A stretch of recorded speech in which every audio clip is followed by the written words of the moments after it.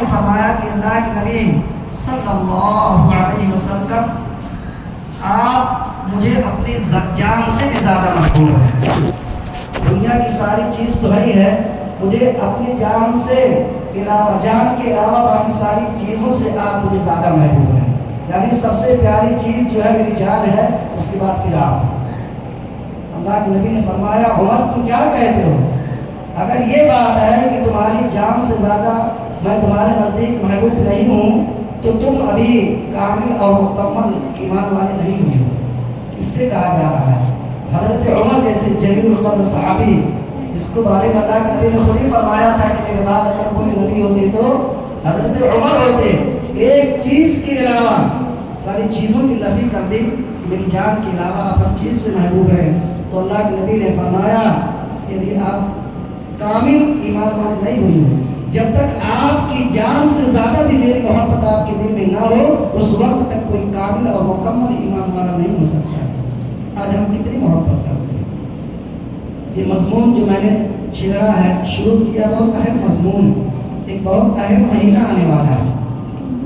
عربی اعتبار سے، چاند کے اعتبار سے دوسرا مہینہ چل رہا ہے، اس میں 2-3 دن بچے ہیں. اس کے بعد ربیع الاول کا مبارک اور مقدس مہینہ شروع ہونے والا ہے. اس مہینے میں محبت کے دعوے دار بہت کم ہیں، محبت کے دعوے کرنے والے بہت ہیں. ربیع الاول کا مہینہ شروع ہوتے ہی اللہ کے نبی کے عشق میں پاگل ہو جاتے ہیں، دیوانے ہو جاتے ہیں. لیکن چند دن یا چند گھڑی اور بھی صرف زبانی محبت. ہم اللہ کے نبی سے محبت کرتے ہیں، ہم اللہ کے نبی کے نام پہ اپنی جان قربان کر دیں گے صرف کہنے کو. سچی محبت کرنے والا وہی ہے تو اللہ کے نبی کے حکموں پر چلنے والا ہو، اور چند دن یا چند مہینے نہیں بلکہ پوری زندگی کے آخری سانس تک اللہ کے نبی کے طریقے کو اپنانے والا ہو. وہ سچا عاشق رسول سمجھا جاتا ہے. ایک ہفتے یا ایک مہینے چلا کے تقریریں کر دینا، لوگوں کے سامنے بیان کر دینا، جیسے ہی 12 ربیع الاول گیا ہماری زندگی پوری پچھلی زندگی پہ آ جاتی ہے. نہ نماز کا ٹھکانہ، نہ روزے کا ٹھکانہ.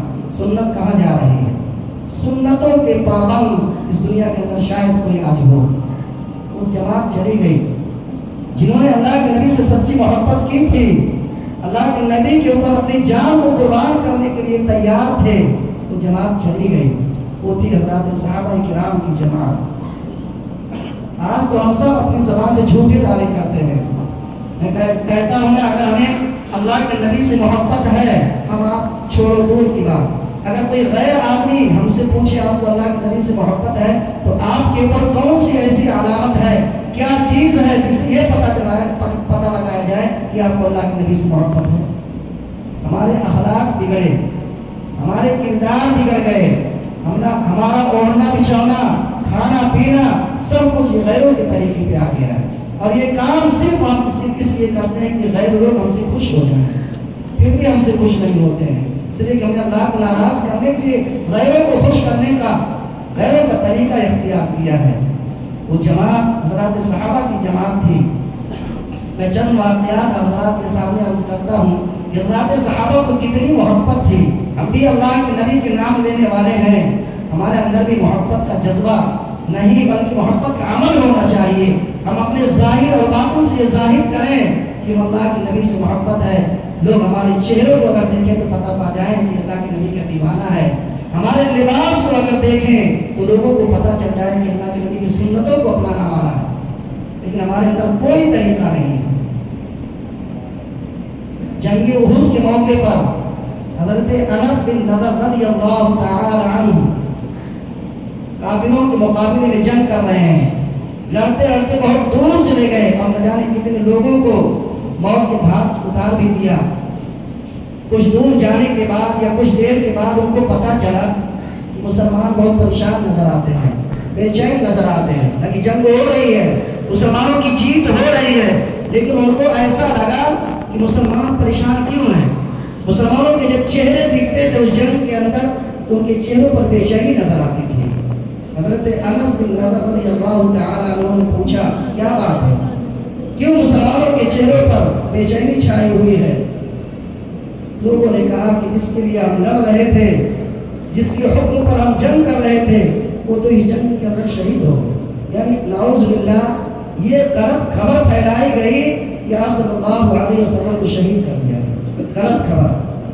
نبی کے دیوانے وہ کہلاتے تھے۔ حضرت انس رضی اللہ تعالی عنہ نے جب اس خبر کو سنا کہ اللہ کے نبی اس دنیا کے اندر تشریف نہیں ہے، تو انہوں نے کہا کہ جب اللہ کے نبی نہیں ہے، جن کے لیے ہم لڑ رہے تھے، جن کے حکموں پر اپنی جان کو قربان کر دیتے تھے، جب وہ نہیں ہے پھر ہمیں اس دنیا کے اندر رہنے سے کیا فائدہ ہو؟ لکھا ہے کتابوں کے اندر، گھس گئے دشمنوں کے مقابلے میں، لڑتے رہے یہاں تک کہ آخر میں شہید کر دیے گئے۔ جب اللہ کے نبی نہیں تو پھر ہمارا اس دنیا کے اندر زندہ رہنے سے کیا فائدہ؟ نبی کے دیوانے، نبی کے عاشق تھے، شہید کر دیے گئے۔ لکھا ہے کتابوں کے اندر، روایتوں میں آتا ہے کہ جب جنگ ختم ہوئی، جنگ کے بعد جب ان کو تلاش کیا گیا، حضرت انس بن نضر رضی اللہ تعالی عنہ کو جب دیکھا گیا تو ان کے جسم پر تلوار اور نیزوں کے 80 سے زیادہ زخم لگے ہوئے تھے۔ ان کو پہچاننا مشکل ہو گیا، کوئی پہچان نہیں سکتا تھا کہ یہ انس بن نضر ہے یا کوئی دوسرا ہے۔ لکھا ہے کہ ان کی بہن نے ان کے انگلیوں کے پوروں سے پہچانا تھا کہ یہ میرا بھائی انس بن نضر ہے۔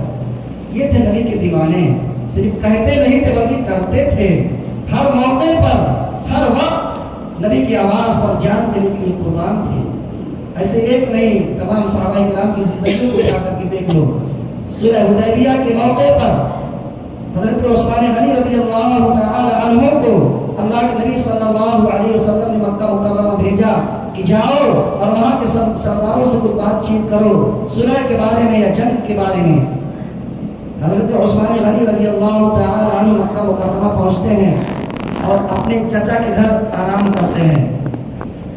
جب صبح ہوتی ہے، صبح کے وقت مکہ کے سرداروں سے کچھ مذاکرہ کرنے کے لیے، بات کرنے کے لیے چچا کے گھر سے نکلتے ہیں تو ان کا ایزار، پینٹ سمجھو، لنگی سمجھو، پاجامہ سمجھو، کچھ بھی، ان کا ایزار ٹخنوں سے اوپر تھا۔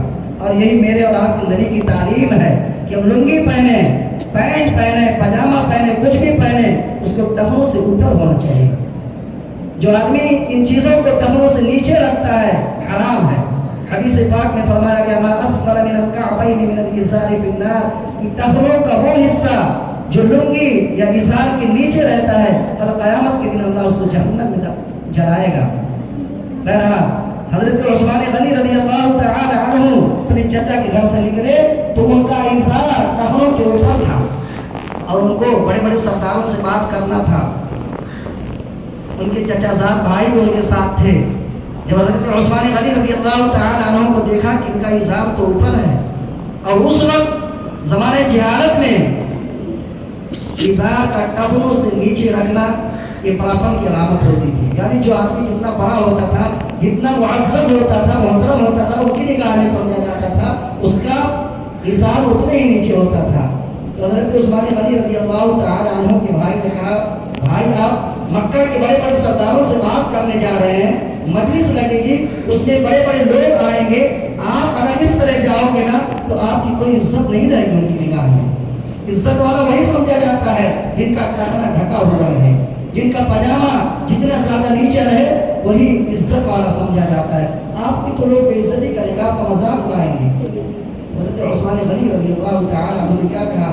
لا ہاکذا ازار صاحبنا صلی اللہ علیہ وسلم، میں اپنے ازار کو کبھی بھی ٹخنوں کے نیچے نہیں کر سکتا ہوں، اس لیے میرے نبی کی تعلیم یہی ہے، ٹخنوں کے اوپر اپنے ازار کو رکھنا۔ یہ اللہ کے نبی کی سنت، آپ کے نبی صلی اللہ علیہ وسلم کا حکم بھی ہے۔ آج ہم اور آپ سنتے ہیں، ایک مرتبہ نہیں ہزاروں مرتبہ آپ کی باتیں سنتے ہیں، لیکن عمل سے ہماری زندگی خالی ہے۔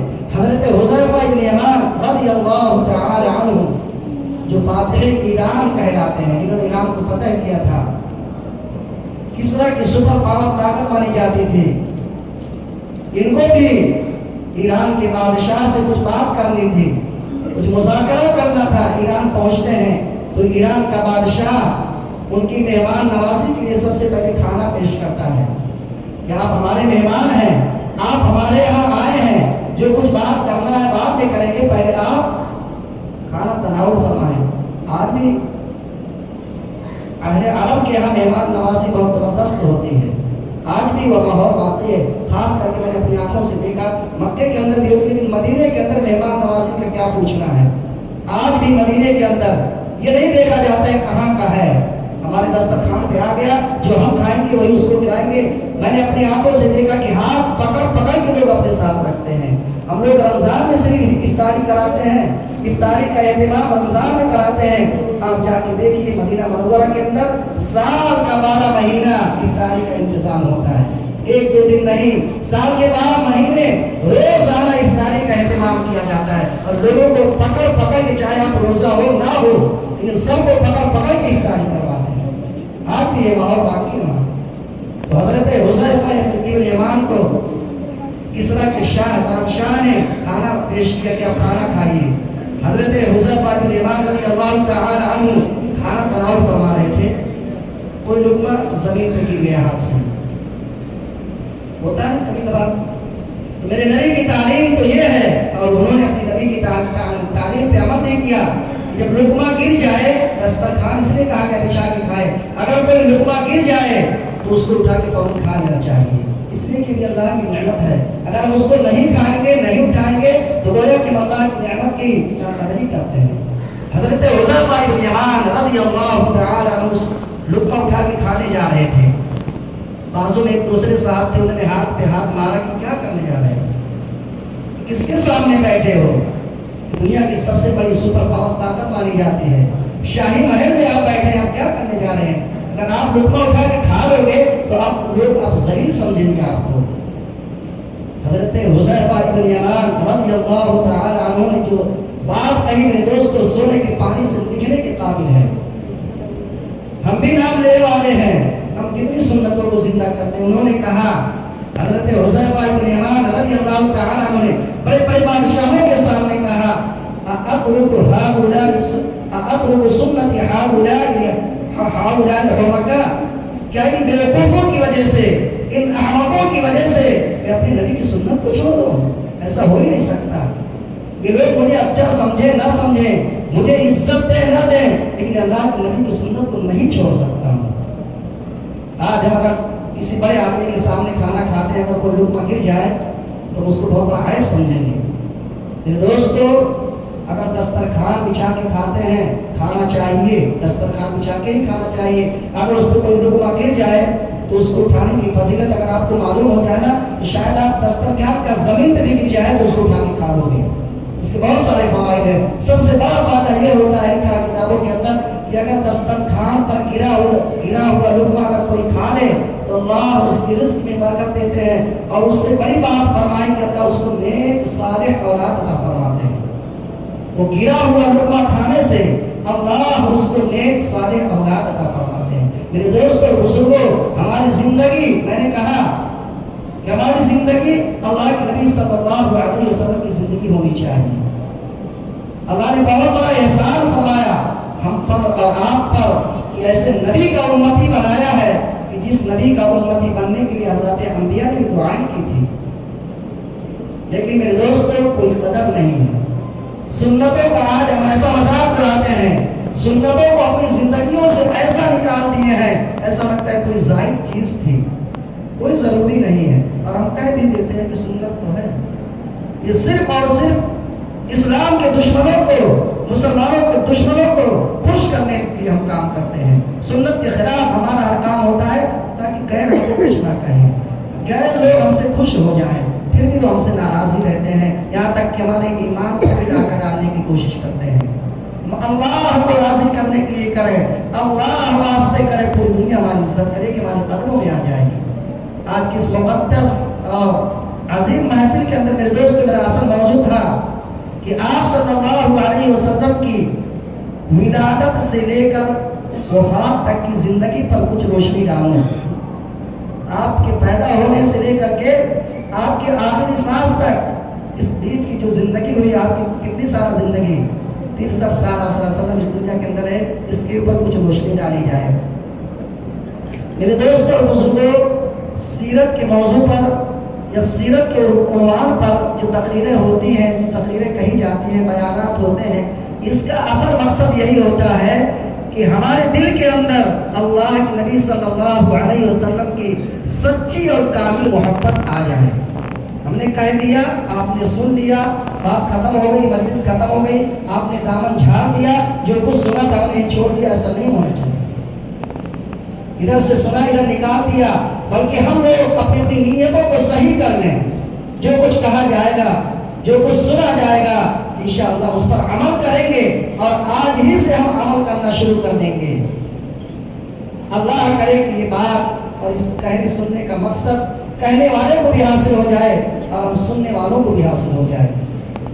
آپ کا بڑا احسان ہمارے اوپر ہے، مقدس مہینہ ہے، اسی سے متعلق میں کہہ رہا ہوں، ایک ہفتے کے اندر یہ بات ختم نہیں ہوگی۔ یہ سیرت کا عنوان اور سیرت مضمون ایسے ہے، اگر آدمی اس کے اوپر گفتگو کرے تو کئی مہینوں چلے گا، لیکن ہمیں انتظار تفصیل میں نہیں جانا ہے، مہینہ آ رہا ہے، اس لیے ہم نے کہا پہلے ہی سے کچھ باتیں حضرات کے سامنے رکھی جائیں تاکہ عمل ہو جائے اس کے اوپر۔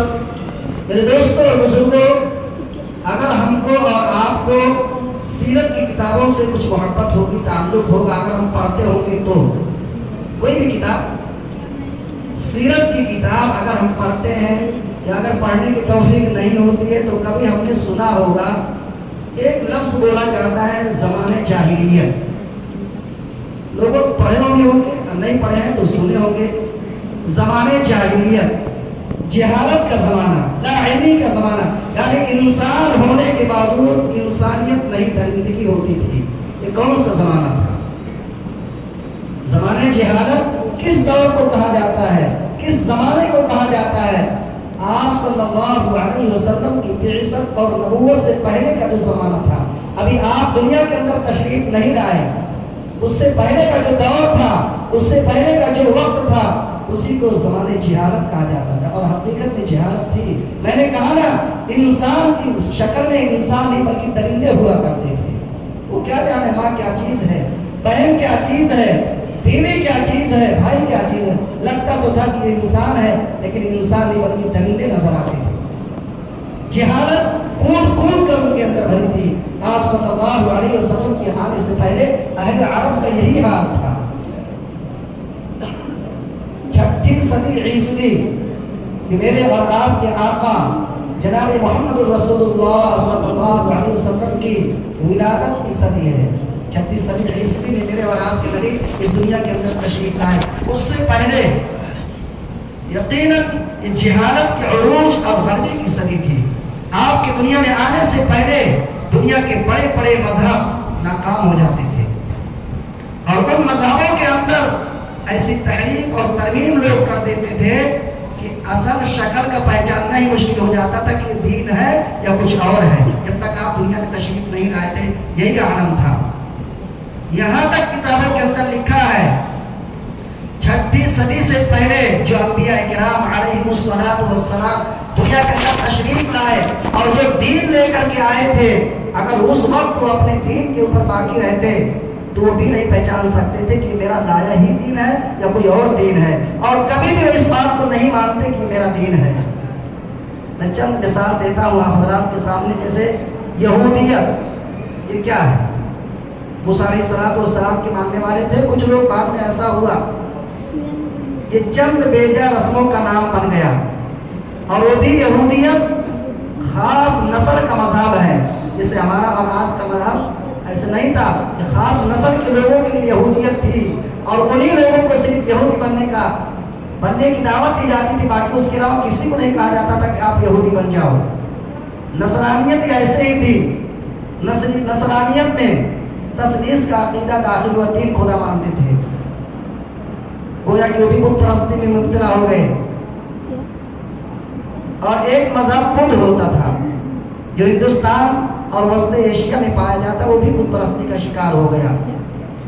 آج کے ہندو جس کو غیر مسلم کہتے ہیں، ان کا مذہب بھی 6 صدی عیسوی تک بت پرستی کے عروج پر تھا۔ بالکل جب تک میرے اور آپ کے نبی نہیں آئے تھے، بت پرستی اتنی عام تھی، لکھا ہے کہ اس وقت ان کے معبودوں کی تعداد 33 کروڑ تھی۔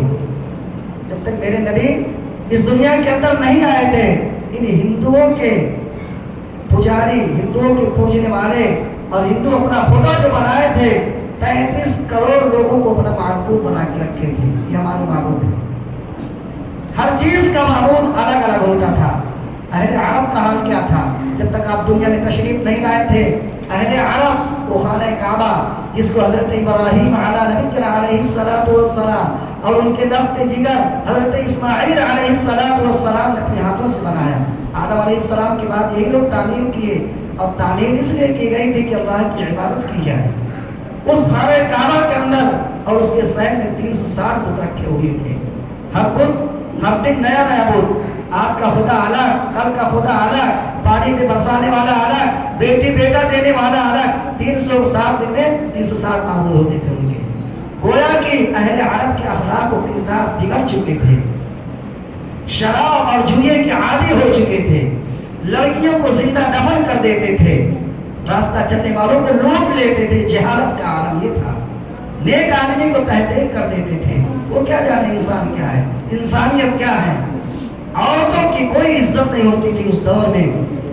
جیسے دوسری چیزیں وراثت میں بڑھتی ہیں، مویشی ہو یا اور کوئی چیز ہو وراثت میں بڑھتی ہے، ایسے اس زمانے میں عورتوں کو بھی وراثت میں بانٹا جاتا تھا. آج ماں ہے، باپ کا انتقال ہو گیا تو باپ نہیں بیٹا اس اپنی ماں سے نکاح کر لیتا تھا. یہ اس زمانے کا رواج تھا. کچھ کھانے بنتے تھے جو مردوں کے لیے خاص ہوتے تھے، عورتوں کے لیے حرام کر دیے جاتے تھے. قرآن نے کہا وَقَالُوا مَا فِي بُطُونِ هَٰذِهِ الْأَنْعَامِ خَالِصَةٌ لِذُكُورِنَا وَمُحَرَّمٌ عَلَىٰ أَزْوَاجِنَا وَإِن يَكُن مَيْتَةً فَهُمْ فِيهِ شُرَكَاءُ. کوئی جانور ہوتا تھا، اگر اس کے پیٹ کے اندر بچہ ہے، جانور کے اندر اگر وہ بچہ زندہ پیدا ہوتا تھا تو اس کو صرف مرد کھاتے تھے ذبح کر کے، عورتوں کے لیے نہیں جائز تھا. اور اگر کوئی مردہ جانور کے پیٹ سے کوئی مردہ بچہ نکلا تو اس کے کھانے میں مرد عورت سب شریک ہوتے تھے. کچھ جانوروں کے دودھ ایسے ہوتے تھے جو صرف مردوں کے لیے حلال تھے، عورتوں کے اوپر حرام کر دیا گیا. یہ ان کا اپنا گڑا ہوا مذہب تھا. تو عورتوں کی کوئی عزت نہیں تھی. ایک آدمی جتنی چاہے شادی کر لیتا تھا، جب چاہے جب چاہے شادی کر لے. لڑائی جھگڑا جنگ و جدال ان کی گٹھی میں پڑا ہوا تھا. اہل عرب کا جب تک آپ دنیا کے اندر تشریف نہیں لائے تھے، یہ دنیا جہنم پر یوں ہی تھی. چھوٹی چھوٹی باتوں پر کئی سال تک لڑائیاں چلتی تھی. باپ سے اگر کسی سے بحث ہو گئی، پوری زندگی تو باپ اس سے لڑا، بحث کیا، لیکن اگر باپ کا انتقال ہو گیا تو اس نے اپنی اولاد کو وصیت کر دی اس سے بدلہ لے لینا. تم میں نہیں لے سکا لیکن تم اس سے بدلہ لے لینا. یہ لڑائی اور جنگ کی بات تھی. میرے دوستوں بزرگوں، مختصر یہی کہ واقعی وہ زمانہ جو میرے نبی سے پہلے کا زمانہ تھا، ضلالت گمراہی کا زمانہ تھا، جہالت اور لاعلمی کا زمانہ تھا. اور وہ بھی یہ جہالت، یہ گمراہی، یہ ضلالت کسی ایک علاقے تک محدود نہیں تھی بلکہ پوری دنیا تاریکی میں ڈوبی ہوئی تھی. اور اس وقت ایک ایسے ناصح اور خیر خواہ کی ضرورت ہوئی جو عالم کی تاریکی میں عالم کی چراغ روشن کرے. لیکن ہر چار جانب جدھر دیکھو ناامیدی ہی ناامیدی. کوئی دکھ رہا تھا، کہیں کوئی چیز نہیں دکھ رہی تھی جس سے آدمی امید لگائے کہ آئندہ ہماری نسلوں میں سدھار ہو سکتا ہے. لیکن اس وقت ایک بہت بڑا واقعہ پیش آیا. روایتوں میں آتا ہے کہ آپ صلی اللہ علیہ وسلم کی ولادت سے 50 دن پہلے یا اور کچھ دن پہلے ایک بہت بڑا واقعہ پیش آیا. جب وہ واقعہ وہاں ہوا تب جا کر کے اہل عرب کی دماغ کی بتی جلی اور ان کے دل میں امیدوں کی روشنی پھوٹنے لگی. ان کے دل میں قریش محبت آنے لگی کہ اگر ہمارا مسئلہ حل ہو سکتا ہے تو قریش کے ذریعے حل ہو سکتا ہے. اس وقت واقعہ یہ پیش آیا کہ ابرہہ نام کا ایک بادشاہ تھا یمن میں. وہ بادشاہ کا گورنر تھا، اس کے بادشاہ کا کچھ اور نام تھا، لیکن گورنر اس کا نام ابرہہ تھا. اس نے دیکھا کہ لوگ خانہ کعبہ کے پاس جاتے ہیں اللہ کی عبادت کرنے کے لیے. لوگوں سے پوچھتا تھا تم کیوں جاتے ہو مکہ؟ تو لوگ کہتے تھے ہم حج کرنے جاتے ہیں، عمرہ کرنے جاتے ہیں، اللہ کا وہاں گھر ہے اس کی زیارت کرنے جاتے ہیں. تو اس کو بڑی تکلیف ہوتی تھی کیونکہ وہ نصرانی تھا. تو اس نے ایک بہترین گرجا گھر بنوایا جس میں سونے چاندی ہیرے جواہرات لگائے تاکہ لوگ اس کی طرف دیکھیں، لوگوں کی کشش بڑھے. اور اس کا نام القدس رکھا. انشاءاللہ عمل کی توفیق